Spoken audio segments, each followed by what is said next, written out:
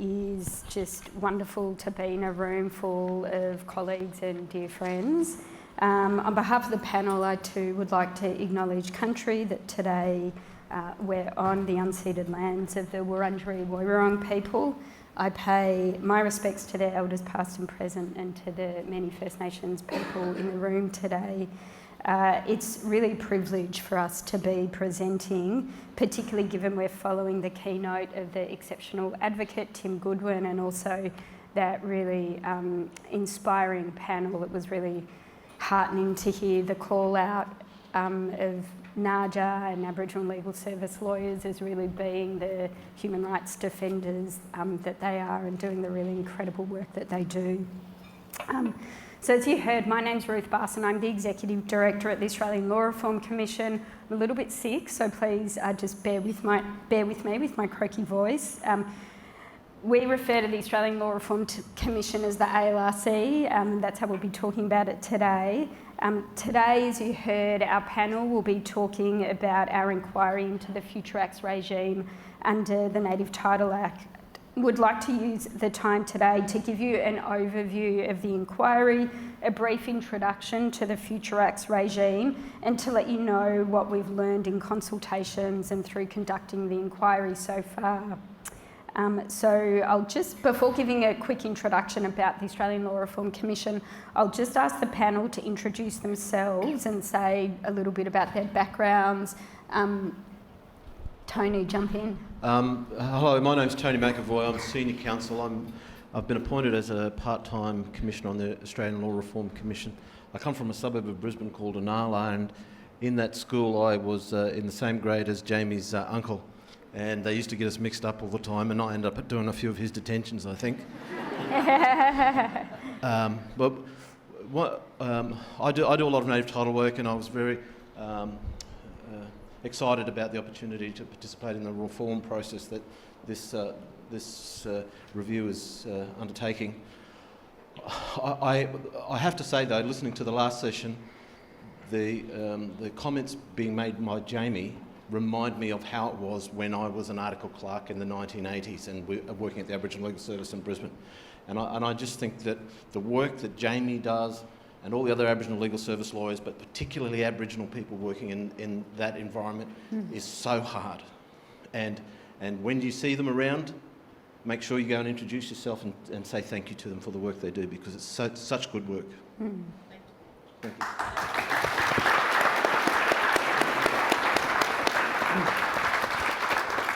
Hi everyone, my name is Nick Testro.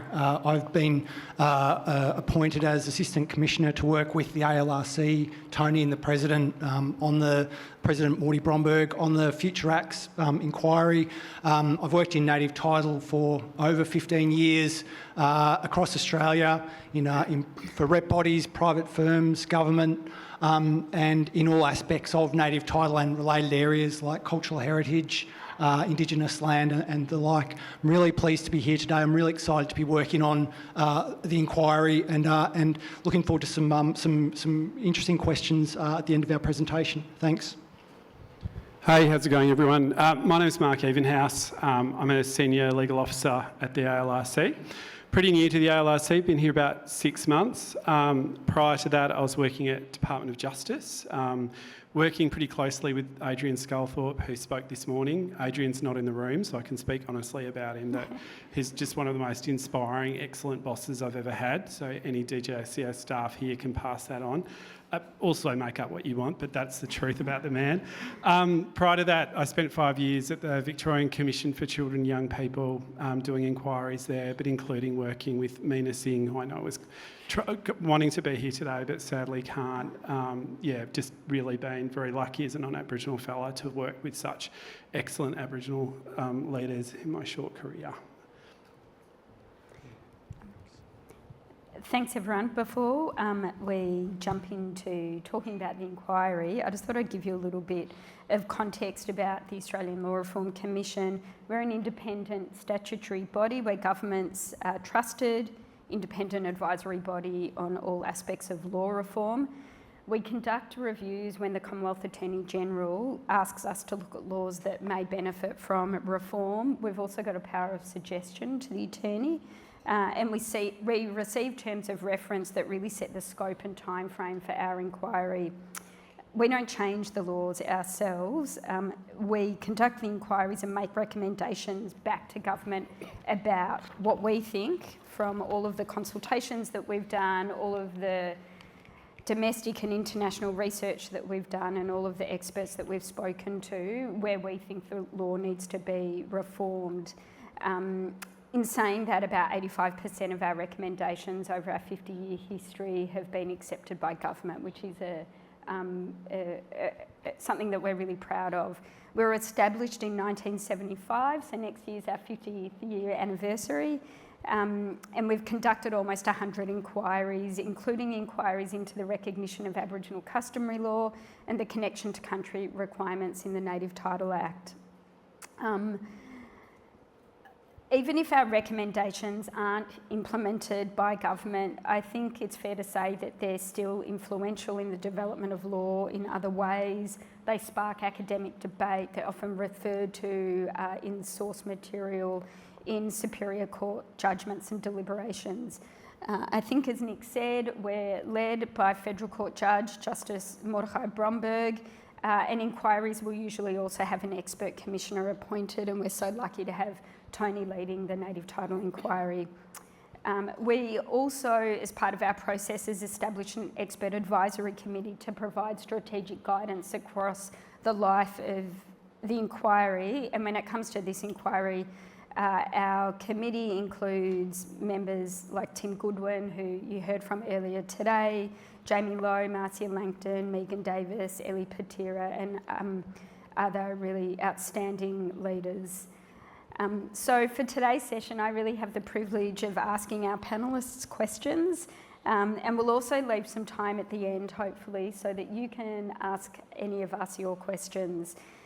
So turning to the Future Acts regime, Toney, my first question is for you. Can you tell the audience about how this inquiry came to be, and just really at a high level what it's about? Thank you, Ruth. I think the panel will attempt to try and deal with this question and answer section at a high level, and if people have more specific questions, then we can deal with the specifics of it, but it would be boring to a lot of people if we delve right into the guts of it from here. So the Future Acts regime is it's in a division of the Native Title Act, and it sets out the processes for government and third parties who want to do something on land where native title exists. In June this year, the Commonwealth Attorney-General, Mark Dreyfus, made a referral to the Australian Law Reform Commission to review that regime.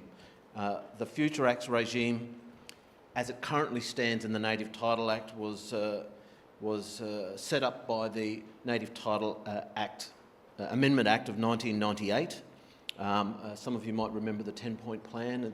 The current system is in part a product of that.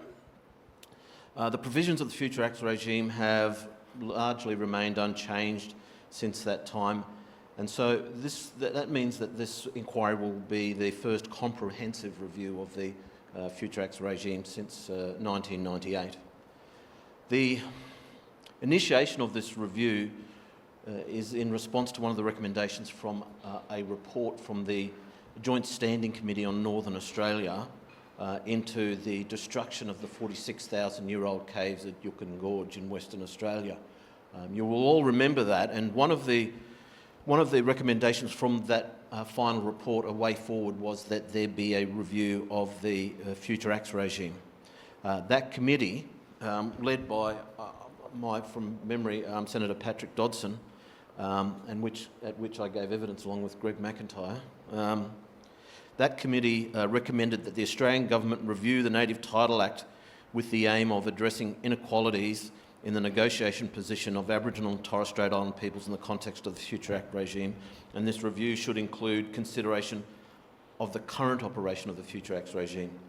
The terms of reference which have been issued by the Attorney-General to the Australian Law Reform Commission to guide this inquiry tells us that we're to look at a number of things, but particularly how the regime can be improved to make it work more effectively, more equally and more fairly. We've been conducting a range of consultations which have been directed towards trying to figure out how that might be done. The inquiry will consider what rights the Future Acts regime currently gives to native title holders and whether they are sufficient. Because it affects so many parts of the community and industry and government, there's a lot of different views. In part, the terms of reference direct us to the international legal principles, and we will have to consider those principles that arise from the United Nations Declaration of the Rights of Indigenous Peoples, including the right to free, prior and informed consent, and that will be a very detailed investigation. The Australian Law Reform Commission will also consider agreement making, and for those of you who are native title holders and have been involved in your own community native title, or lawyers that have worked in native title representative bodies, the negotiation of agreements, whether as Indigenous land use agreements or what's called Section 31 agreements, really forms the backbone of how the Future Acts process is supposed to work with respect to mining. And there's a lot of criticism about how that's working and not working, so that's a very important part of the inquiry.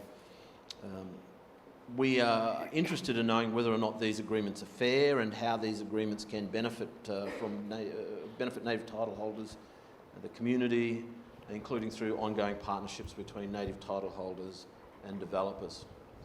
The government's also asked us to look at whether the Future Act regime needs to change to accommodate new industries like solar and wind.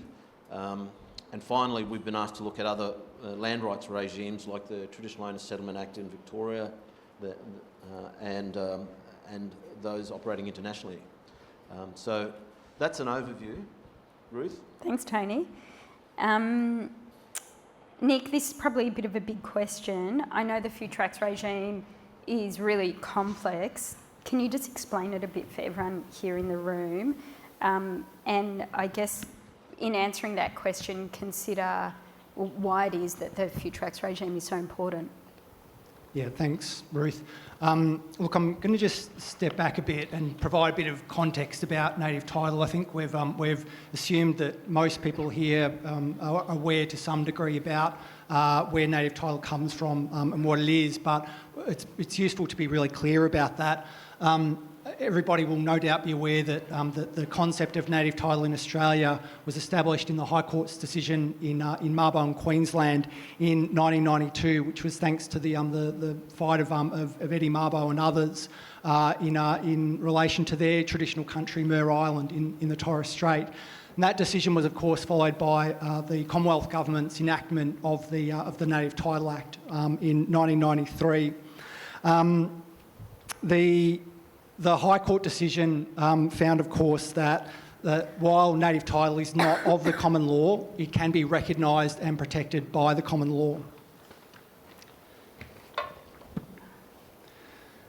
Some examples of what native title rights can be recognised include the right to hunt, fish and gather, the right to camp, the right to protect places of importance, the right to perform ceremonies, and probably the strongest native title right, the right to possession, occupation, use and enjoyment to the exclusion of all others, what we call exclusive native title.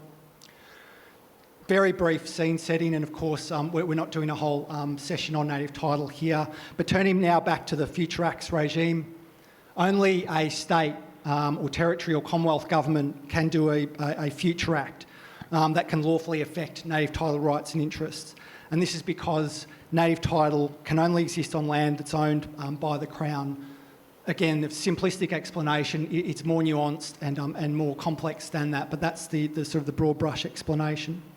Some Future Act examples include the grant of a mining tenement, such as an exploration licence or a mining lease, the grant of a water licence for irrigation purposes, building of facilities for services to the public, like electricity, transmission cables, telecommunications, towers, roads, bridges and the like, and also the compulsory acquisition. That's, again, just a high-level summary. And the Future Acts regime provides quite a complex framework for how different Future Acts can be done validly for the Native Title Act. And options include negotiating and having registered an Indigenous land use agreement, or otherwise complying with the other another provision under the Future Acts regime. And the applicable provision under the Native Title Act will depend on the nature of the act that's to be done. Thanks, Nick. Really helpful to just get a really high-level overview of native title rights. And I'll just ask Toney to do a bit of a deeper dive now into the Future Acts regime and tell us a bit about what rights does it actually confer on native title holders? So the Future Acts regime divides acts into different categories, and for instance, the grant of a water licence falls under one subdivision, subdivision 24H, and subdivision H of section 24. And it's that has specific procedural rights attached to that notice of a allocation of a water right. And the procedural rights that are attached to that are the right to comment, and you also get a right to compensation at some later stage. The right to compensation is a substantive right. The right to compensation is a substantive right. The right to comment is a procedural right. And all of the different activities that might affect native title generally fit into one or other of the categories, or a large catch-all at the end. And so you've got to figure out where the right, what type of activity it is that's affecting the native title rights, and then figure out what the rights are that flow from that, whether it's just some procedural rights, or there's some procedural rights and some substantive rights.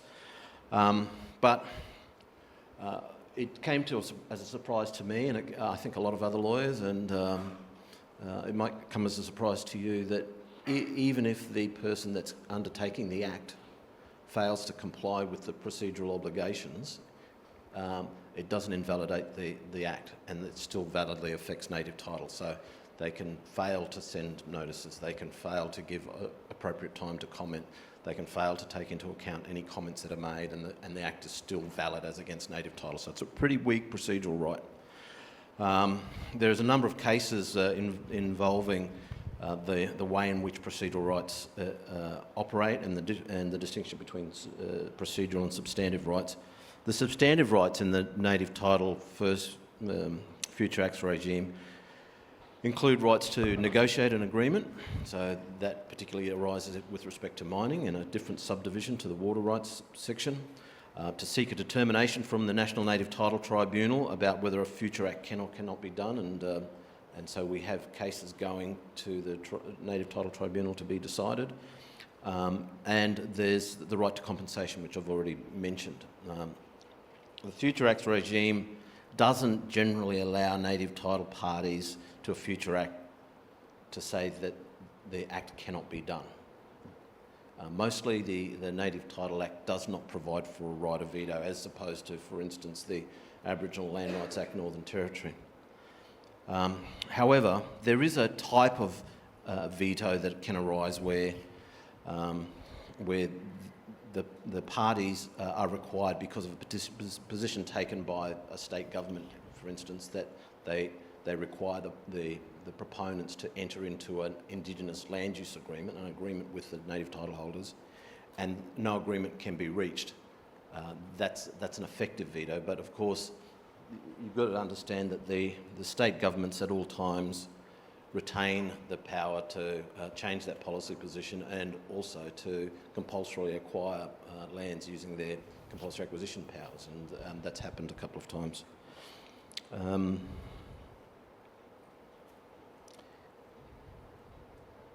We've just published an issues paper, which is available online, which goes into a lot more detail about how the Future Acts regime works. And part of the reason we're here today is to encourage you all to read it and consider the issues in that issues paper and to write us wonderful submissions about how you think the system should be improved. Thanks, Ruth.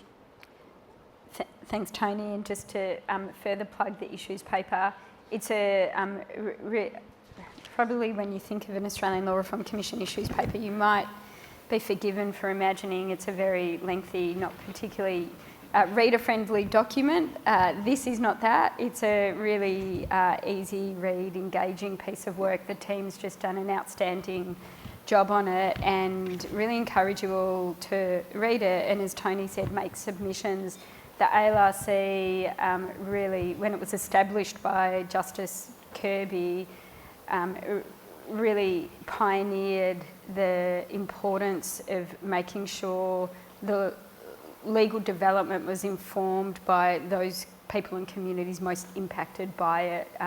We still hold that very close to our hearts, and so the more people we're able to hear from, both in direct consultations but also through submissions, the better our recommendations are. So please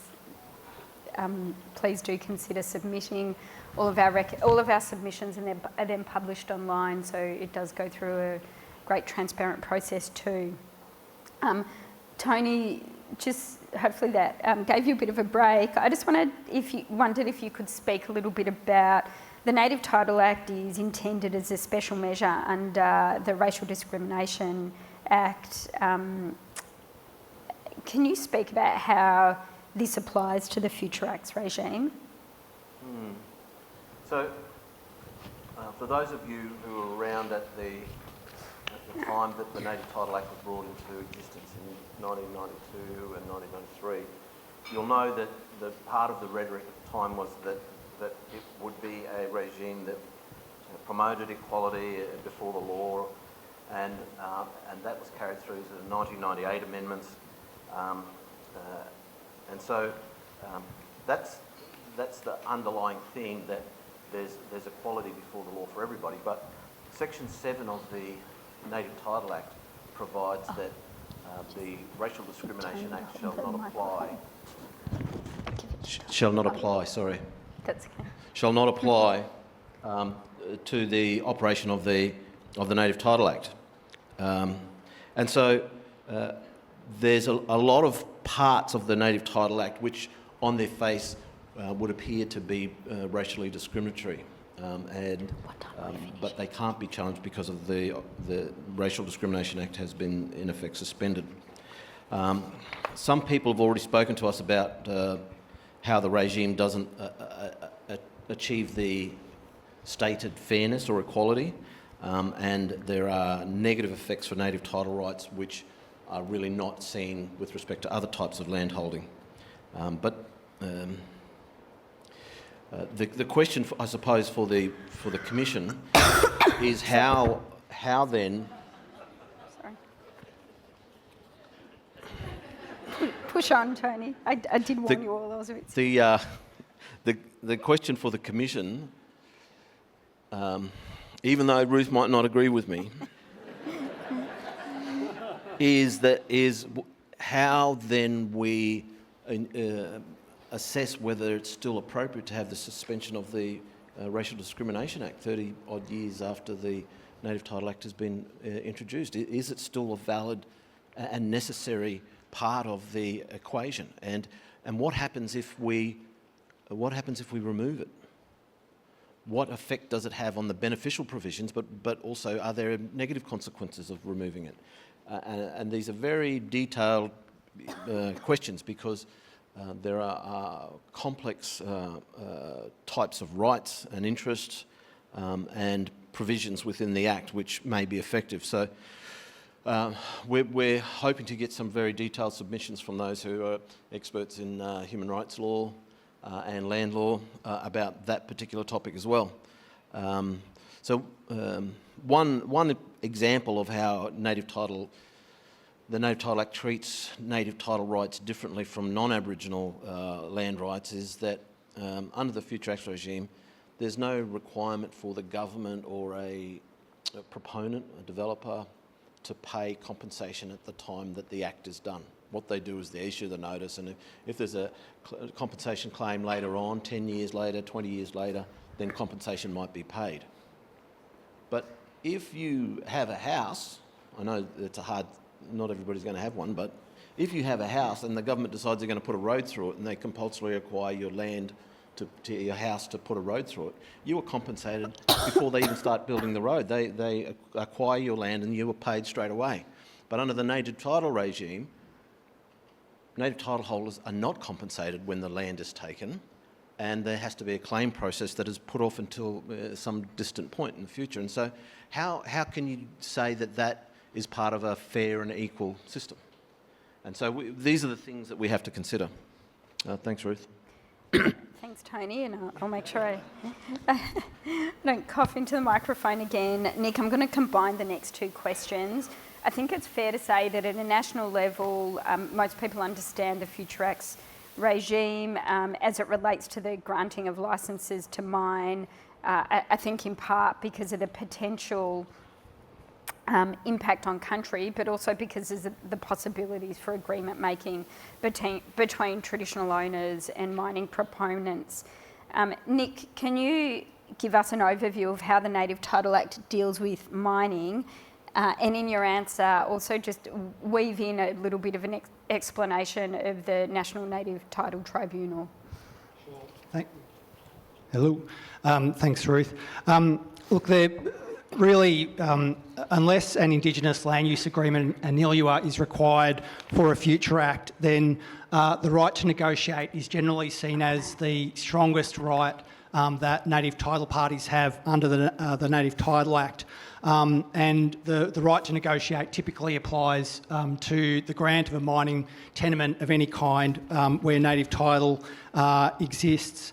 And the right to negotiate gives to registered native title claimants and determined native title holders the right to negotiate an agreement with the proponent, but that right only is really only there for 6 months. The parties need to try and negotiate for a minimum of 6 months in good faith to try to reach an agreement, but if the parties can't reach an outcome, then either party can apply to the Native Title Tribunal for a determination. And of course, it's, as far as I know anyway, very rare for a native title party to make the application. It will almost always be the proponent, and the determination will almost always be in favour of the proponent. At least that's been experienced to date. We only know of 3 determinations that have been made where the determination was that the tenement shouldn't be granted by the tribunal.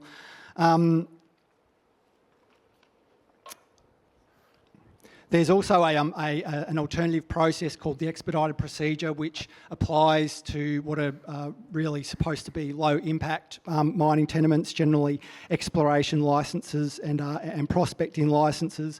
The expedited procedure is intended to be a process that fast tracks the grant of tenements, and it's up to the state or territory that's granting the tenement to decide whether the criteria for the expedited procedure to apply have been met or not. Some states, in fact, don't apply they don't even use expedited procedure at all, including Victoria. And there, certainly to date in our consultations we've heard, there are a lot of problems with the expedited procedure from both native title parties' viewpoint as well as proponents. But particularly for native title parties, the burden that's the onus and the burden on the resources for native title parties can be overwhelming in some cases, and puts them at an unfair disadvantage in that system. Which is actually, resourcing is certainly one of the big issues that we've heard in our consultations to date. And the only other thing I'll just say about the expedited procedure is that if the native title parties object to the application of the expedited procedure, they can lodge that objection in the Native Title Tribunal, and the tribunal then determines whether the criteria have been met or not. And if they haven't been met and the objection's upheld, then the parties have to then start the right to negotiate. So they basically go back to square one for that process. Thanks, Ruth. Thanks, Nick. I've just got 2 questions left for the panel, and then we'll hand the questions over to the floor. Mark, I might have stole your thunder a little bit, but as I was saying earlier, consultation is really at the heart of what we do at the Australian Law Reform Commission. Can you give the audience a sense of how we've been consulting for the purposes of this inquiry? Yeah, the ALRC, we start our inquiries from a neutral position, so we haven't made up our mind, but as part of the process of working out what our findings and recommendations are, we really want to speak to as wide a range of people as possible with an experience of the Future Acts regime. That means, you know, we've already consulted, I think, we haven't done a formal count, with hundreds of people. So that includes native title holders, native title rep bodies, academics, practitioners, industry bodies. We've done a gamut of consultations and we'll continue to consult for the entire inquiry. As I said, we want to hear about people's breadth of experiences. We want to hear about what's working well, what's not. The teams, we're still young in the inquiry, but the team's already been on the road to Central Australia, far north Queensland. Nick's about to get on a plane to South Australia after this. We've done consultations in Western Australia. We're really open to input from everyone. And we also want to be really flexible in terms of how we receive submissions. So we're open to receiving submissions in any form, you know, including a letter, an email, audio, video. We're open to it all, but as well, you know, open to submissions in response to our inquiries paper and our discussion paper I'll talk about in a moment. Thanks, Ruth. Do you want to talk about our discussion paper now? I'm not sure we'll... Absolutely. Look, so as Ruth touched upon already, we've just put out an issues paper. The issues paper is essentially our take on, you know, defining what are the key problems and challenges in the Future Acts regime. And so we're using that as a jumping off point to ask, have we got that right? So have we identified the right problems? Is anything missing? We'll use those submissions. So those submissions, and if our AV friends don't mind going to the next slide, there's a couple of QR codes there which will include a link to the issues paper. Hopefully they'll tick over in a sec.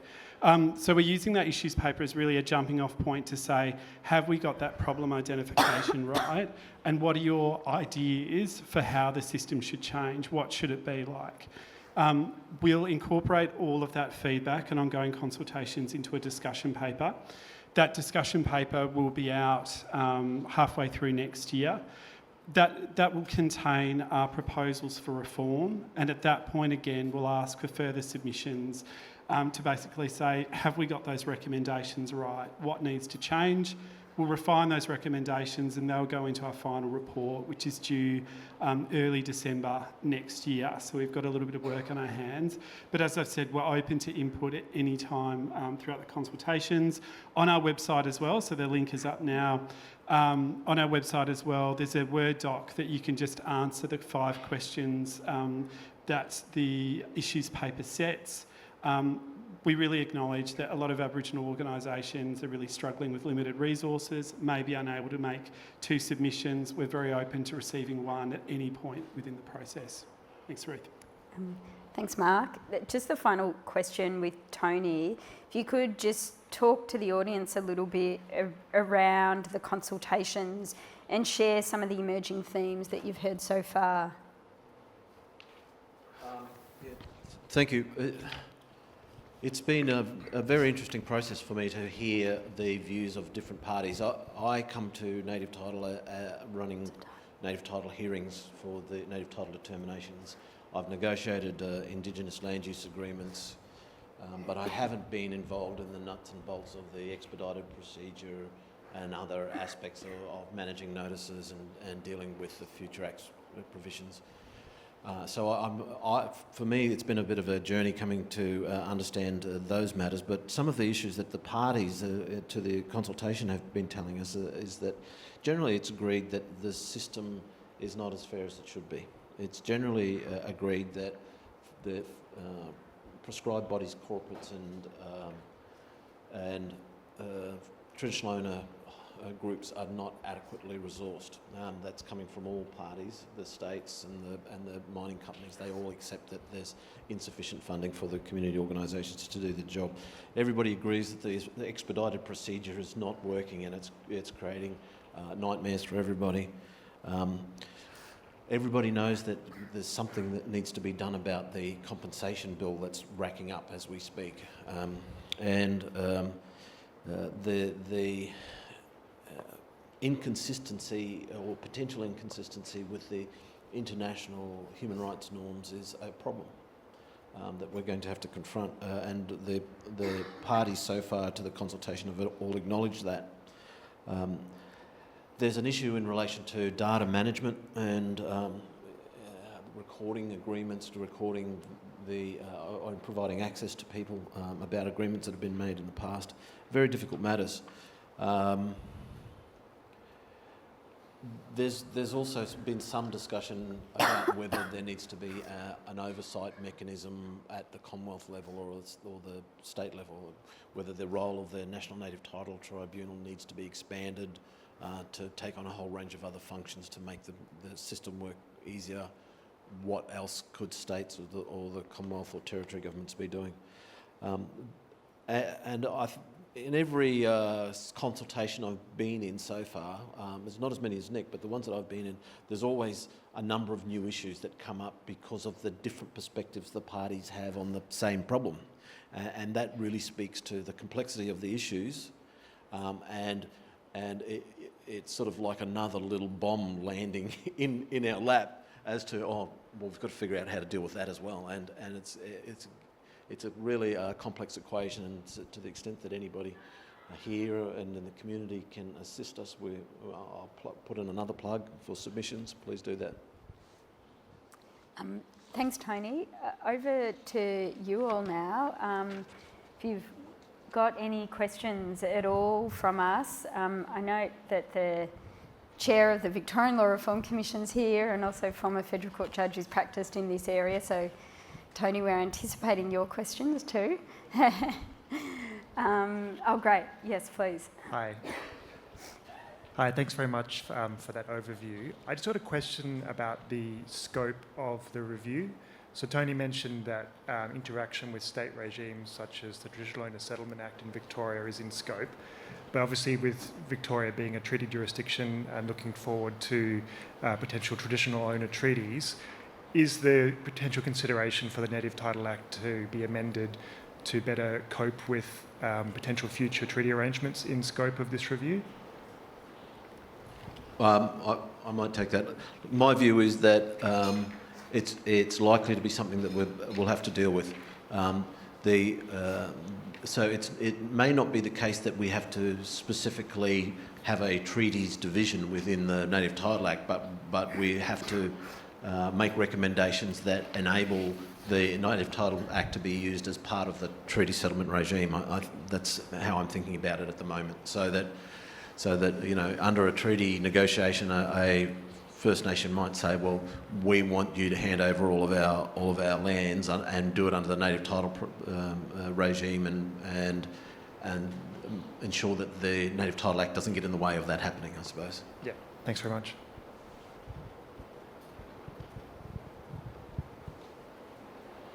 Any other questions? Come on. This table down here is banned from asking questions. I know. There's Anybody else? a larger table at the back that I'm surprised is being so quiet. Yeah, thanks. Did you Yep. say? Yes?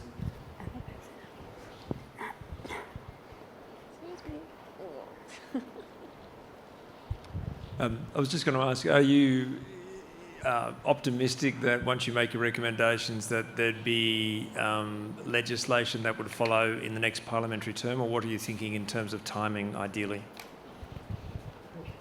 What sort of question is that? Look, I was on the Dondale Royal Commission, I was a Treaty Commissioner in the Northern Territory, and I'm a Commissioner on this thing. You make your recommendations and they fall where they lie, I think. But of course we're hopeful.